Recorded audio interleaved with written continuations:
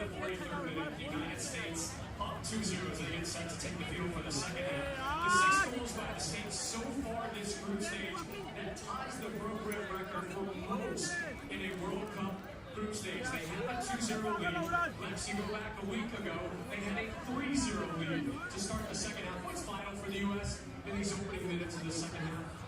I think they need to a certain extent be reactionary, because Australia has to change some things, whether it's in personnel or way that they play, and so they're going to have to deal with that.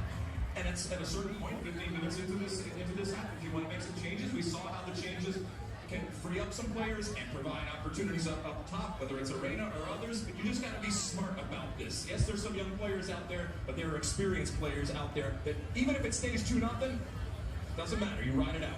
Hit the nail on the head, Lex. You got to be very smart. Got to put in a professional performance. You talk about 2-0 being a scary scoreline. You have one goal, you let them back in it. So keep the pressure, keep suffocating them. You know, with the water breaks, with the heat, it's going to make it more difficult on them. Obviously, if we get the next goal, it will kill off the game. But yeah, you got to stay professional and keep doing what you're doing. It's been really impressive and fun to watch. Clay, you talk about suffocating them. The regains and the numbers around the ball when they lose it has been absolutely fantastic. With the win, the U.S. advances to the round of 32. We'll see a post-game. For now. Back upstairs, John Strong and Stu Holden. Rob, it is in fact going to be a triple substitution for Australia at the half. Nestor Aaron-Kunda is going to walk into your picture in just a moment as the third. Cameron Burgess is the first to have his number put up. Jason Garia, who is the one who delivered the hard tackle that banged up Christian Pulisic in the fall, is on. Connor Metcalf, who scored a wonderful long-distance goal the other night. And the other goal scorer in that game, Nestor Aaron-Kunda, is the third who comes on the field for Australia. How does this change their team? My first thought is that this is going to be a formation change, potentially, for Australia, but we'll see how it ends up lining up. They take off one of their center backs, bringing on a new one. They're going to come and chase this game here in the second half.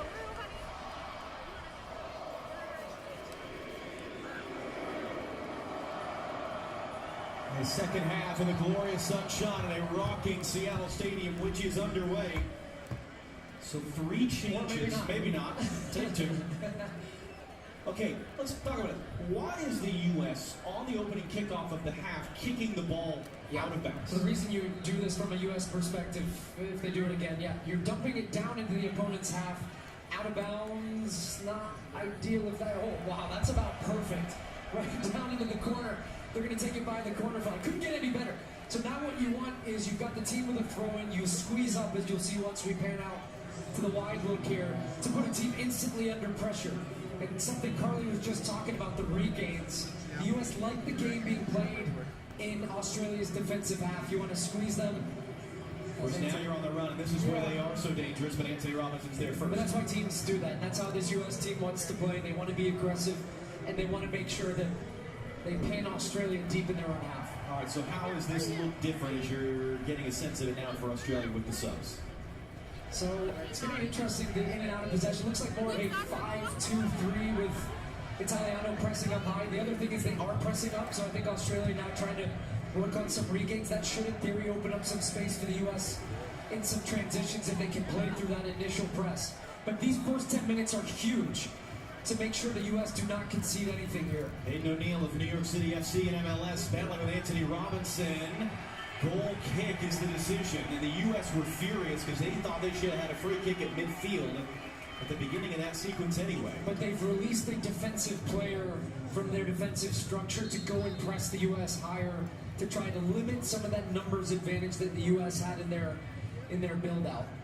U.S. unchanged. You saw Christian Pulisic there. He's sitting on the bench. He's not going to play today. The calf injury he picked up really in practice, actually, in the days before the Paraguay game. And despite all the hard work, could not get it to recover enough to be able to play. The hope is he'll be available Thursday night in L.A. for the group stage finale against Turkey, which, as it stands, not to say it doesn't matter, of course, but the U.S. as it stands are clinching a spot in the next round with a win. It could potentially, based on what happens later tonight, in the other game of the group between Turkey and Paraguay, know for sure that they're winning the group by the end of the night, as Flo Balogun is fouled. That'll be late tonight in Santa Clara, California, the South Bay area. Referee of that game, by the way, Yvonne Barton of El Salvador. And if you know that name at all, you know, expect some chaos. Those are two teams that are coming off a loss in the opener, have been roundly criticized in their home countries by their media, are under an immense amount of pressure to bounce back with a win, and really each team needs a win. A tie keeps each alive, but doesn't really do them a whole ton of good. So that's going to be a wild one late tonight.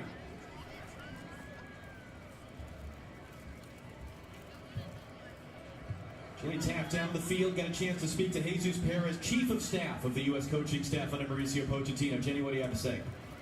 Well, Jesus was very pleased with that first half, telling me at the moment we are solving what Australia is doing against us. We're attacking them at the right time and the right space. We do need to stay mentally strong in the second. I had to ask Jesus about that goal from Alex Freeman. Obviously, they had to wait for it. He said, we knew it was onside. We were watching it, but of course, a huge relief for us. And John, I gotta say, watching that celebration from the U.S. team, one of the best I've ever seen. And Jenny, was interesting is Dest is going to get first to that loose ball, and is that indeed a foul? It is. Couldn't hear the whistle at first. We heard one of the Australian coaches giving an interview to Australian television at the half as well. They fully believe that it shouldn't have been a goal. They were arguing that Balogun from an offside position was impeding the goalkeeper, which doesn't really stand up to scrutiny in the replay. But that was, like you talked about, their emphasis. Can they get some fresh legs on? Can they open it up and get on the run and put the U.S. back on their heels? Chris Richards opens it up to Serginho Dest. Good combination he and Weston McKennie had in that first half. Tyler Adams joining it now. Well, there were some questions about who was going to come in for Christian Pulisic. What would Mauricio Pochettino do? He ripped him away, put him on the right foot. Dest. I don't think you move Dest a single ounce from that position on the right. He is so dangerous. And you see him, he's second top guy from your screen up there. When he comes inside now and becomes unpredictable to make these types of runs from inside to out. Then he's wide, then he's in. He and McKennie, look, we'll talk so much about this throughout this tournament, but the two of them have got a really nice partnership together. You've got the solidity of Freeman, so Dest doesn't have to worry as much about the defensive side of the game. And I think that's just the biggest thing I've seen from this team and the way that they are set up tactically is that they have structure, but at the same time while having freedom and featuring the best qualities of all of these players in the right positions. Here's Dest again. That was good pressure there to force just a hopeful ball forward from the goalkeeper Beach. It led to this possession for the U.S. That one is errant for Dest for Tillman. You can scan the QR code coming up on your screen. Vote for the Michelob Ultra Superior Player of the Match. Very similar to what we saw Friday night in that first half. Every single guy in the field is making plays. Even if they're subtle and don't show up on a statistical sheet. As Robinson pressured off it there. Aaron Kuda gets the touch. Exler. Opens it up wide for Italiano. Anthony Robinson defending. Italiano cuts it inside. Crosses inside. Tyler Adams is there to head away. Maybe with some pressure, Australia wanted a free kick. They don't get. Balogun's got space. Here we go. He's outside. He can't outside. Takes it back for a corner. Gets caught under his feet. He's trying to look up and see where Beach is. The space was there. This is why Australia, an example. They're trying to push and find a goal, but then they leave themselves exposed at the back. First touch is good, but that touch right there, the second one, gets caught under his feet as he's trying to separate to give him room for the strike, and that ends up being a great challenge from Chircotti at the end to put off Flo Balogun as he was looking for his third goal of the tournament and certainly would want that one back. And he probably will get that one back if this game will continue in that way. He's going to have room to run in behind this Australian defense. The Australians would not have been happy had that ended up in the back of the net with the amount of shirt that he had of the defender. They would have been really upset about that. Here comes the fourth corner of the game. Sent into a great spot. The second man there, that was Chircotti, couldn't get up to it, was able to clear. Tillman takes the bump, trying to control a bouncing ball. Irankunda brings it down. Alex Freeman is there to intercept the outlet pass. And Tim Ream, veteran savvy, extending by a week his own record as the oldest man to play in a World Cup game for the U.S. Just slows it down, settles it down. McKennie going to find the angle there for Balogun. He's proving a handful. Able to turn and face on Shirkati. It's another corner. Great running again. Flo Balogun. And he does really, they're playing it quickly. He pins his defender really well, uses his body to shield and make sure that they can't come across and win the ball, drives his team down, wins that corner, which the U.S. took short. Tillman, do it again.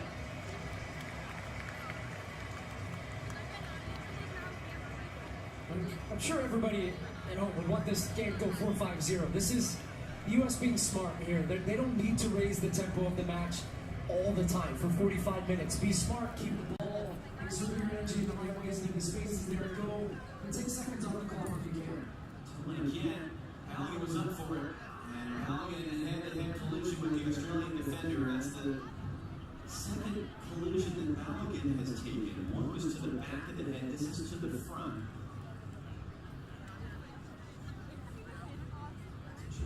There, the Australian defender.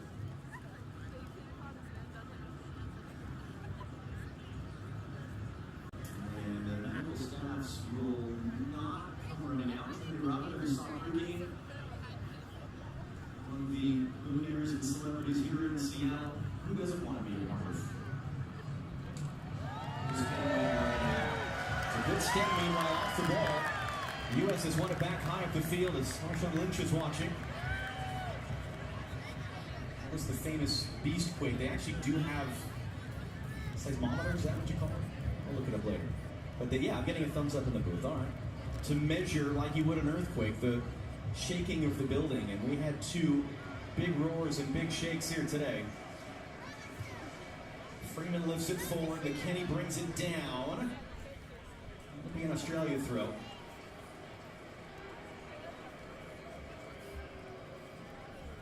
Russell Wilson in there as well. CR and his wife. Wilson, who's, among other things, a part owner of the Seattle Sounders. Culture references are much better today. You know, we need Don't jinx us, man. Don't jinx us. It does speak to the amount of people that want to be a part of this and attending a World Cup match in our home country here in the States. First time on the men's side since '94. Richards for Dennis. It's been a spectacle. The energy, you can't speak enough about it. Just soaking it in from city to city as we go. LA, get ready. We're coming back there for that Turkey 8th third match. Adams, good tackle in the middle. That was Anthony Robinson not ready for it. Could be a foul. It's going to be an advantage here. There might be punishment coming for Robinson later as Pepe wins the ball. Referee Felix Vargas is going to call that dead for a foul. It's an Australian free kick, and the question now is Anthony Robinson going to get a yellow card? He is.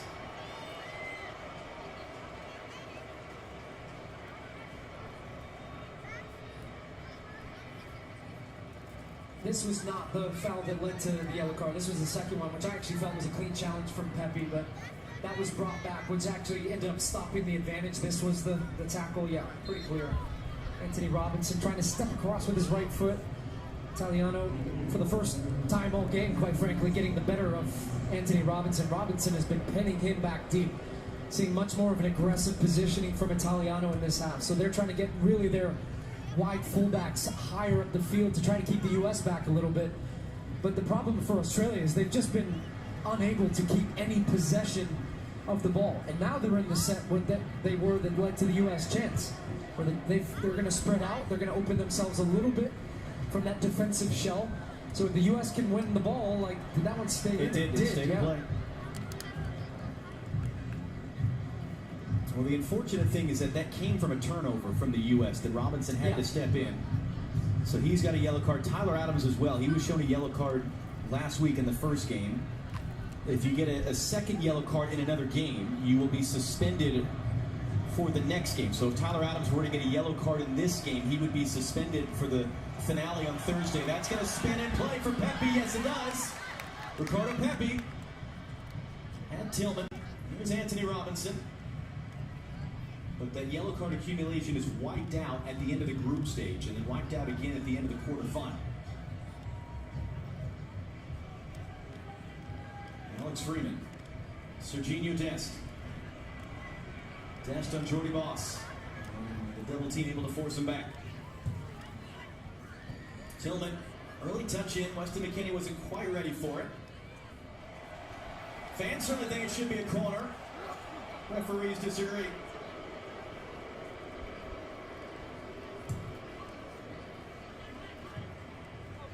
Again, video review can take corner kicks away. They cannot give them when they shouldn't have been. Tillman, great running.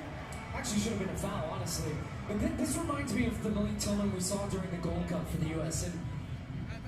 And he's so smooth on the ball. He just glides around the field. He's such a tempo player, so creative. But his work rate is so impressive off the ball. That's just why the U.S. has been successful defensively. Press from the front, it makes the guys' jobs behind you easier. Good work by Lecky there. Boss, early cross. And Reed was beaten to it there by Aaron Cook. Did he get a touch to it? He did. And they're saying no. And this is where it can be taken away if that was the incorrect call. Austin Dunker, the video assistant referee, based in Dallas at the International Broadcast Center, will be having a look at it.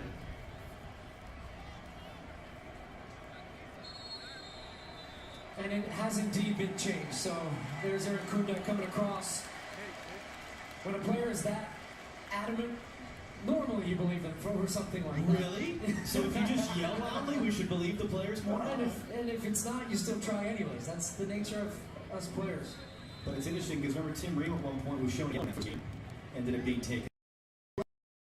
He is down in pain. 35-year-old, long-time veteran of this Australian team. His fourth World Cup. No one expected him to be here at a fourth World Cup. He had a series of injuries after the last one in Qatar. It had been 2 years since he'd been called into Australia. When he was brought back in the last few months, and Tony Popovich saying just what a terrific job Lecky has done as a 35-year-old to have this second wind of his career and get back to this moment. And now he's getting stretched out. Australia have made 3 subs already of the available 5. It's a chance for the U.S. We're a little bit shy of the second half drinks break, as they call it in Australia, from a cricket standpoint. And I'm still scratching my head a little bit about his selection process coming into this game. I know he put Lecky into the lineup, but he took his 2 goal scorers out of the lineup and then rectified that at halftime, bringing these guys into the game in the second half. But I don't know whether that was tactically that he felt it gave him a little bit more solidity behind the ball, and his plan was to bring these guys in the second half and be more aggressive, but they've gone to that. We'll see if Lecky can continue. Looks like they're preparing another celebration for Lotto. Will they make the sub now?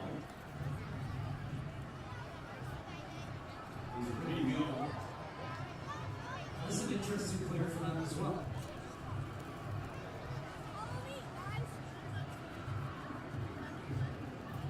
Willing substitution now. That's 4 out of 5 for Australia.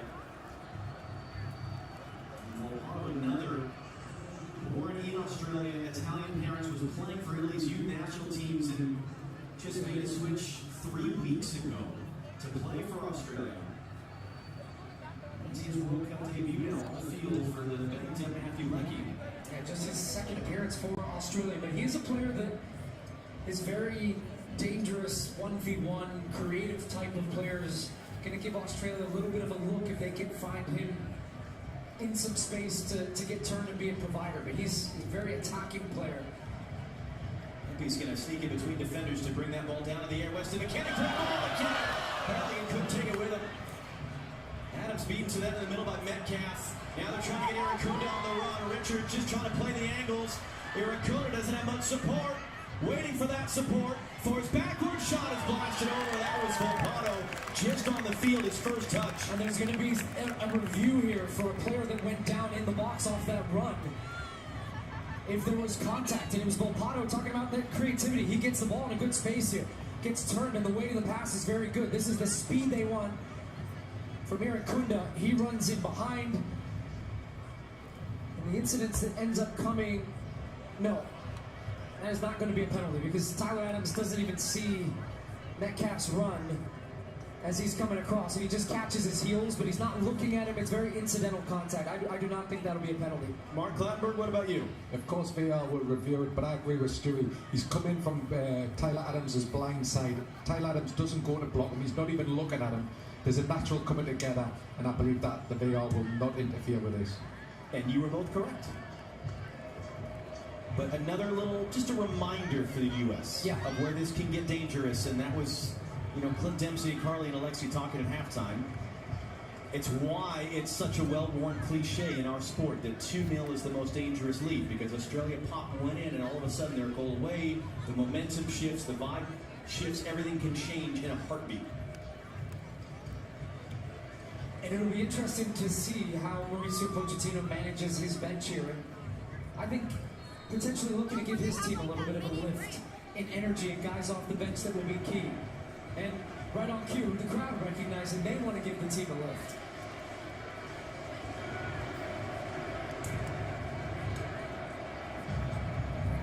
Tillman trying to find Ballion. Pepe's open in the middle. Ballion trying to get under control. It might fall to Pepe. It's cleared. It's pinged around.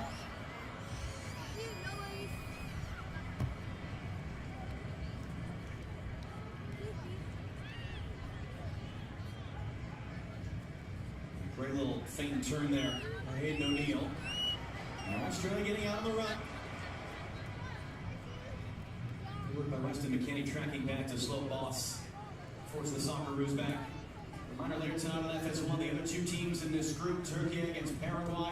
In the South Bay area, Santa Clara, California, coverage begins at 10:30 Eastern, 7:30 in the evening tonight here on the West Coast on FS1.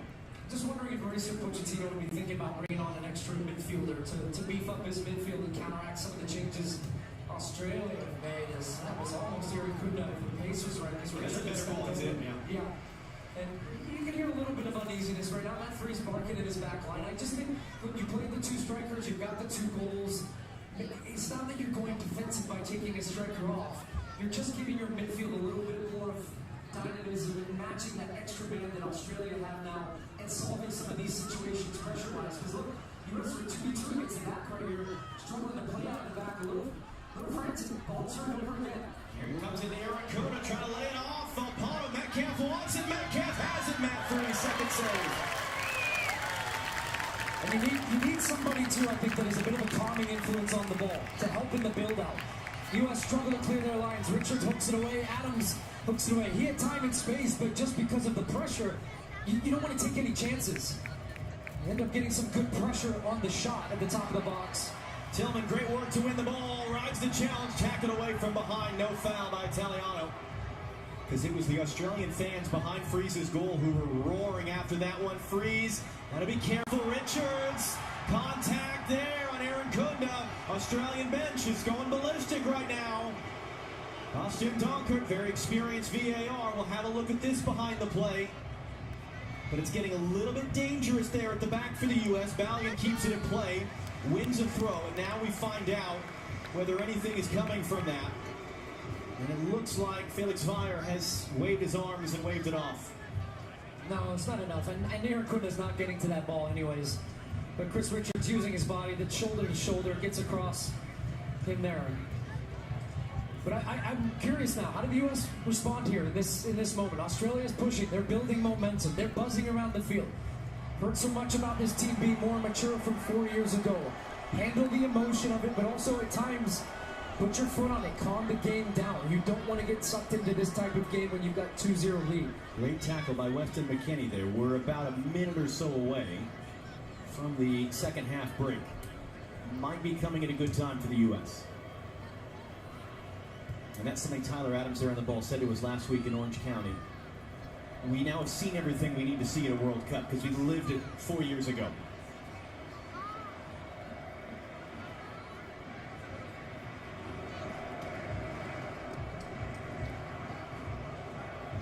That was the Australian fans down to the right making a little burst of noise. Here come the Americans.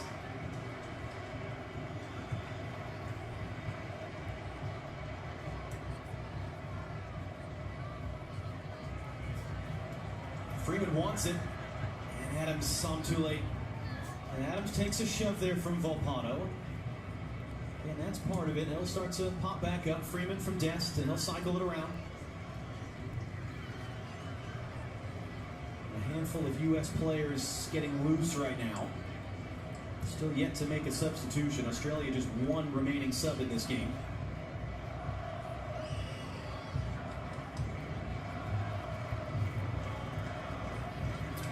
Anthony Robinson making a big run. Ream trying to find him. Robinson tracking over his shoulder. And he'll just tail out for a throw. And that will take us into the break. A match break presented by Lenovo. Midway through the second half.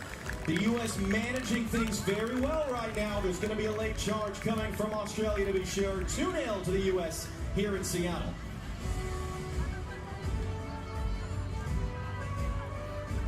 Okay, here's the deal. This game is 3-on-3. Who we playing? It's a local crew. My fly is just... Hey! This local crew, they haven't lost since 1996. They beat everyone who showed up. The guys who play in jeans, the always skins. Honestly, respect. The techers, the trash talkers, even the bruisers. Anyone, anytime. So we take them down. But this doesn't seem like that way. 100% true. Mostly. This is quite a game. It'll be a free kick.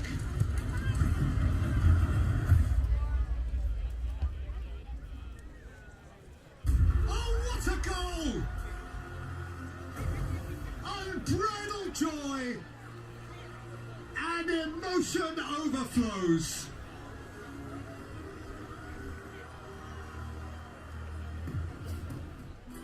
I want to create a legacy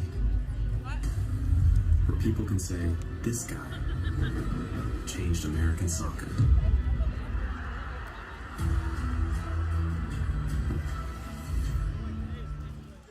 Turn back time when you're injured with Valvoline Restore and Protect, a first of its kind in the world that removes up to 100% of engine killing deposits and protects against future damage. Ask for Valvoline Restore and Protect at your next oil change. And you're seeing there the end of what's been a very intense huddle from Mauricio Pochettino in the U.S. during the break. Jenny Taft, you're not far away. What have you seen? Well, right now I did notice Sebastian Berhalter, Gio Reyna, they motioned over that both are good, giving a nod like they are ready and warmed up. Now, we've been talking about the heat all day. The only difference that I've just now noticed, the training staff started using wet towels to cool down the guys. Ballo is currently covered with a towel completely around his head. Yes, the sprinklers are out again, and we just got hit on the sideline, guys. So it is still hot, but I will say, John, it remains comfortable. We're not dealing with humidity even in this heat today. Yeah, you know what you're not seeing is guys avoid getting hit by the sprinklers right now as they're walking back out to the field. And meanwhile, for the Australians, I mean, there's not a whole ton they can do, really. They've made their subs. They've made their changes, so it was a lot more of just, come on, guys, let's get going. Yeah. Did you ever try Vegemite when you were down I there? am with you on that. Let's make that a thing. Vegemite free zone. I tried it when we were in Australia, and I regret it. What are you looking for here out of this break? No subs yet for the U.S.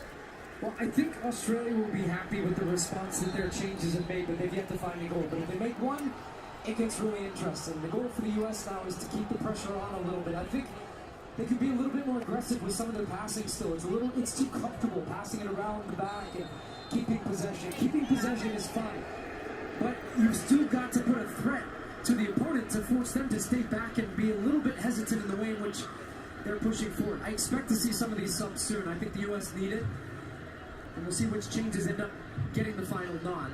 We can only see the top of his head, but it looks like Sebastian Berhalter is moments away from coming on the field. Dest Bellinghorn on the outside, can't win the ball cleanly. And for Aaron Kuhn, a good tackle, Chris Richards. And now Pepe had an option to lay it off for Dest.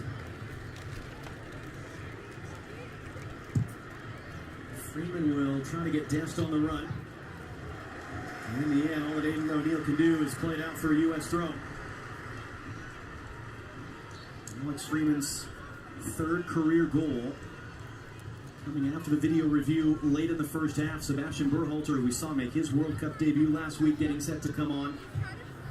Whereas Chris Richardson, speaking with him yesterday after practice, was measured about how physical and intense this game would be, and you have to managing the right way. Sebastian Berhalter said, no, we're up for every fight. We're ready to go for everything. There is a searing intensity with which he plays. And his dad's the exact same. Yeah, he is. But quite frankly, I think the type of player this U.S. team needs on the field right now to match some of that from Australia. If he is indeed the sub and he's making his way over to the halfway line right now, my guess would be that would be one of the strikers being removed. Metcalf, and that was as casual interception as you'll ever see from Serginho Dest as he was trying to find the open side of the field. That's a loose pass there. Adams, big tackle, picked up by Italiano, swept away by Adams a second time. Job not done. Anthony Robinson digs it out on Metcalf. Able to turn the corner. And the U.S. find the open side of the field right now. Aaron Kuda's going to chase down Ream. Dumps Ream to the turf. That's a free kick for the U.S.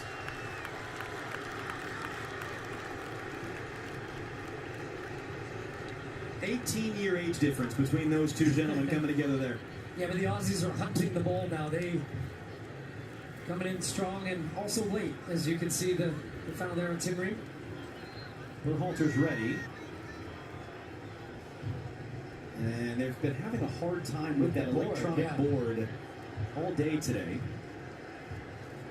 Mr. Aaron Kunda became Australia's youngest ever World Cup goal scorer last week. Trying to get him going. It'll be Ricardo Pepi taking off for Berhalter.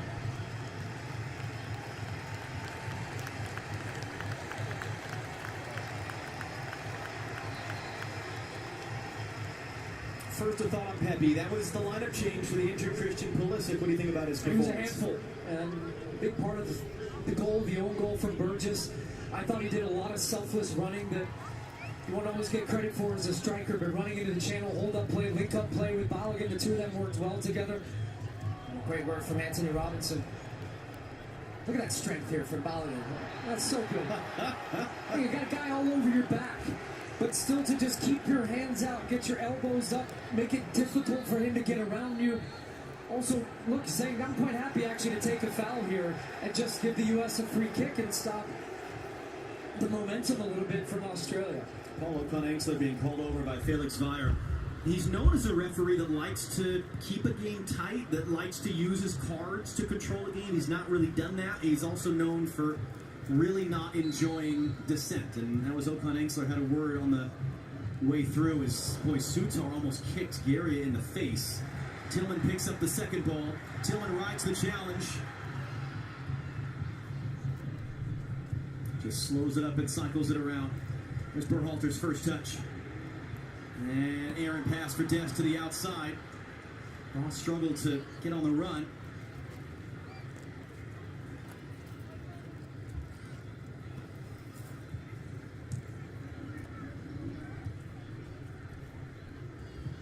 O'Neal just threaded that through for Metcalf. Now Italiano. Anthony Robinson waiting for him.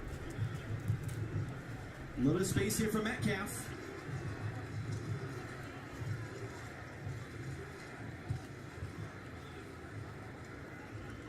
It's Volpato. Volpato gets the cross in. Freeman stooping low, heads it away, and that header evades multiple Australian players. Balogun can't escape. Garia gonna recycle. Richards is there to head away. Robinson trying to steer to the open side of the field for Dest. 15 minutes plus stoppage time to go. U.S. as it stands, clinching a spot in the next round, could clinch the group stage win in Group D based on what happens later tonight between Turkey and Paraguay. Fifth and final sub in the wings for Australia. Volpato. Adams defending. Italiano. Volpato on the return, cuts it back on McKennie, sweeps in the middle, popped in the air by Richards. Aaron Kunda rising up. Bodies and limbs everywhere, it's cleared away. Yeah, I'm seeing some tired legs from the U.S. out there right now, not following the runners. They're going to hold this one to make the sub. Australia wanted to go quickly. They're also, I imagine, going to check something in this sequence. Dunker wants an extra moment to take a look in here. So it hits his hands, but that's not a penalty. And you can see Felix Weyer, the referee, to the right. He sees it pretty clearly.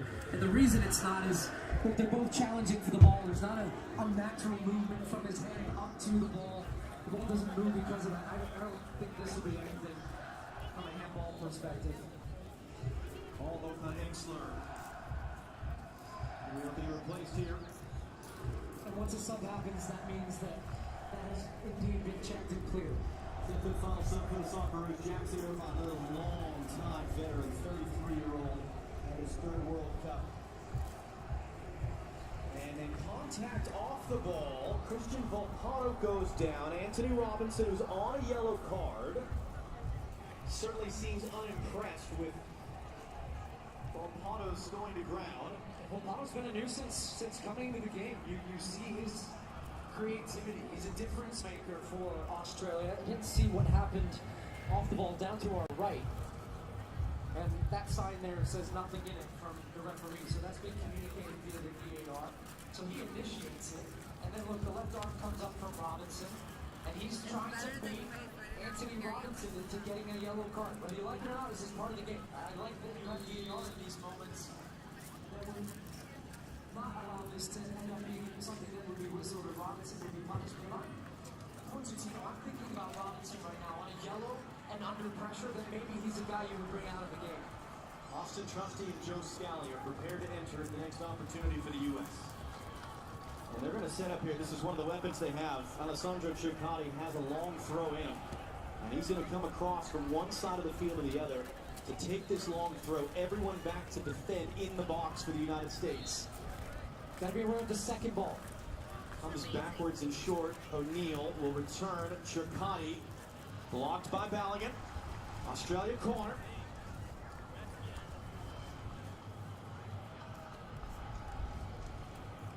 Like you've talked about, I mean, these moments are so significant. You're 2-0 right now.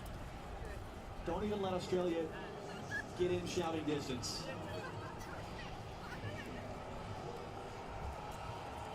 11 minutes to go, plus stoppage time. Third quarter of the game. Swept in. Good header, one there. Man down for the U.S. is Freeman. Second time today, Alex Freeman has taken a knock to the back of the head. Yeah, but what a challenge. What a leap from Freeman, showing his athleticism. The guy he's marking, it says a lot, is 6'6".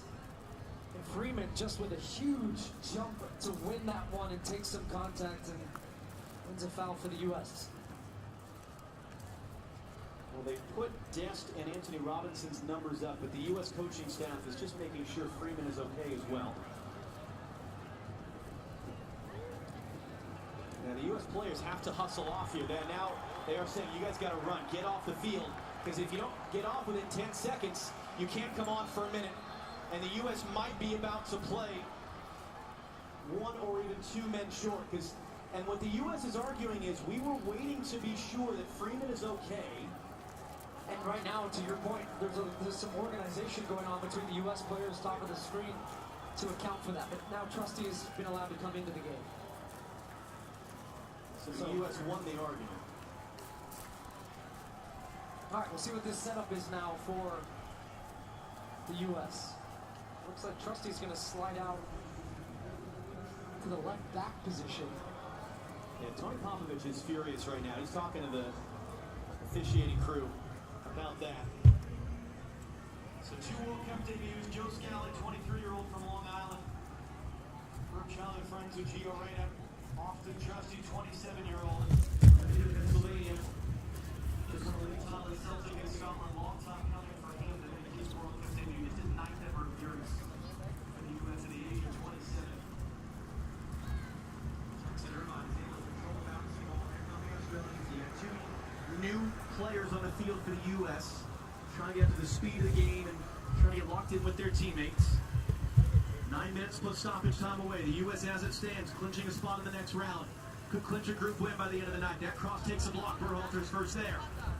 Big challenge there with O'Neal. Moss on the outside. Volpato will cycle it around. And one of the things you brought up, the U.S. has not had a shutout since September. And a win against Japan, a win that really changed the momentum a lot in the fall for this U.S. team. They would love, love, love to get a shutout win here today.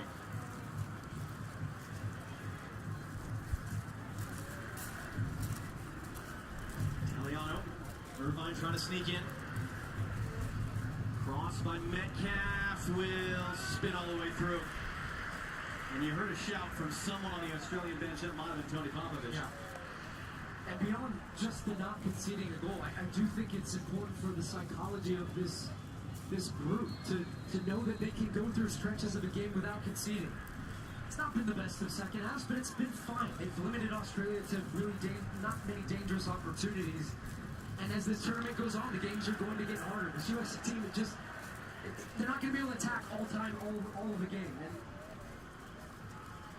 I do think right now for this group, they've got to dig deep. And this is a test of their mentality. They've got to still find a way to keep the ball and pin Australia back. But we didn't expect this Australian team to go down without a fight. But you concede that one goal, and then it becomes a very, very nervy finish to the game. It's a word you hear a lot in this sport, suffer. It's something that the best teams do. They know how to suffer and work and grind in situations exactly like this. Nice little combination. And the cross from Italiano. Joe Scalli's first touch only to the top of the box. That was a loose touch by Tricani. It's total chaos. Man goes down for Australia. Still it's not clear. No call in the field. VAR will have a look at that one. Volpato going to weave his way around. Italiano crossing in. Ream stabs it away. Freeman a slice touch. Balligan. Can they get on the run? Can they just get rid of it right now? It's right back into Irvine. Irvine on the return from O'Neal. Richards all the way out to defend. Corner kick Australia. And again, the waving arm signal from Felix Vire. Nothing in this to merit a penalty. First challenge is good. Ball bounces. No, it actually went through the legs of Richards and Irankunda in the box. And you can see pretty clearly, Richards gets all of the ball before Irankunda goes down. But anytime a body goes down in the box, you start getting a little nervous. They're, of course, going to appeal for it, but it's a corner. It's an outswinger. It's too tall for Weston McKennie. Italiano on the other side, driving to the byline. It took a touch off McKennie. It's into a dangerous area. It's a swing and a miss from one. It's a block from the second. Seat of the pants clearance from Tyler Adams. And a whistle and a foul ends the threat. Chris Richards is down. Yeah, this was a pretty clear foul right at the near post that then led to the chance. A huge block in the box. Gary doesn't really get a good strike on this ball. He knows it. He's a little frustrated, but whether this would have counted or not is another question. Look at Chris Richards. I think he's the one that ends up getting fouled as this ball is recycled. Left side of your screen. Ball is second ball in. It's actually that one, I think, on Berhalter, and then even that one on Chris Richards. Sutar ends up crashing into him. But then an important block from Adams. There's an uneasiness, though, in the building right now. There's a nervy feel to the fans, to the team. It's frenetic. This is not the way the U.S. wants to try to see this game out. This is a time for some composure and then to dig deep, as we said. It's matching duels. It's keeping that intensity high, because the second you let that level drop is when Australia really feeds off that. You know what could really help the U.S. is get a goal. Tillman works it for Scally. Freeman's all the way on the outside. But they just haven't had as much possession in the second half. It was a lot of it in the first. Freeze just got that away from Aaron Gunda. Very out jumps